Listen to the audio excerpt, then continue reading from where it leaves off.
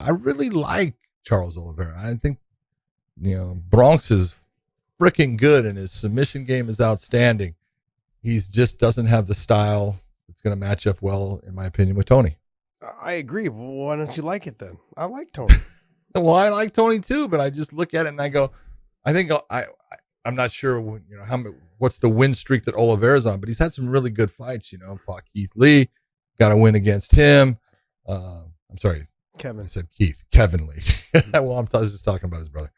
I just, you look, styles make fights, and sometimes styles make it to where you go, oh, that's a fun fight based upon this. And I just look at everything that Charles does. If he can keep it on the feet and keep length, he's got a chance. But if it gets into when Tony's able to grab a hold of him, pin him up against the cage, hit him with elbows, it's gonna go downhill fast. I just look at it that way. But if he can get Tony down, he's got a slick submission game. He really does. But he normally pulls things out. He's the guy that'll pull off. He'll pull off the calf slicer. He'll pull off the bicep lock. He'll pull off the freaking. He hasn't done it, but he'll be a guy to pull off a twister. Yeah, he does those type of submissions very well. He's got a good, very beautiful job of setting up a rear naked choke when he switches hands and the way he'll lock it in. He's slick. I just don't think that, again, and I could be wrong, but I think that matchup with Tony, he's fighting an uphill battle. Yeah, he's not a big guy, Oliveira. No, he's not. Not for 55. But he's like, it's too much for him to cut to 45, and the 55 he's just too small with the way that the guys have gotten so much bigger now at 55.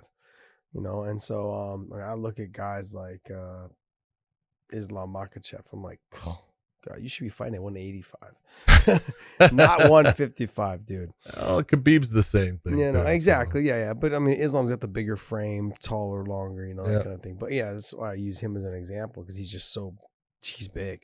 Anyways, I'm excited for the fight. I think Oliveira has a chance in the submission department, potentially in catching Tony with his head down in a guillotine. Tony's obviously not going to take him down. He's going to try to keep him at arm's length. But Charles got a good little push kick. He's got he's got good technique. He slips punches really well and throws very well.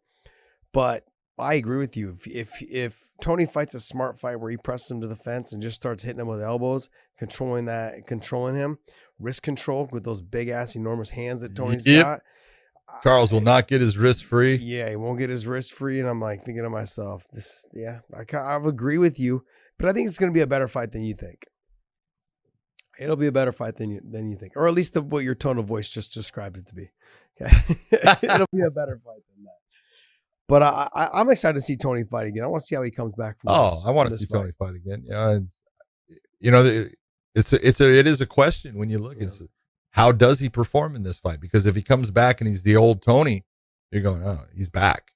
But if he doesn't, and Oliveira, does a good job with him, has his ways in certain things, then it could be that, we might be seeing the decline. It's a possibility. But he is 37, 37 now. So, I mean, 36. That's about that age, man. Yeah. I fought Nate when I was 36.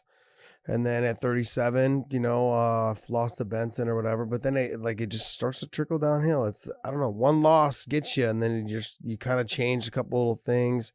You start feeling like you're not the same fighter. The confidence starts to hit you. Tony doesn't seem like he lacks confidence.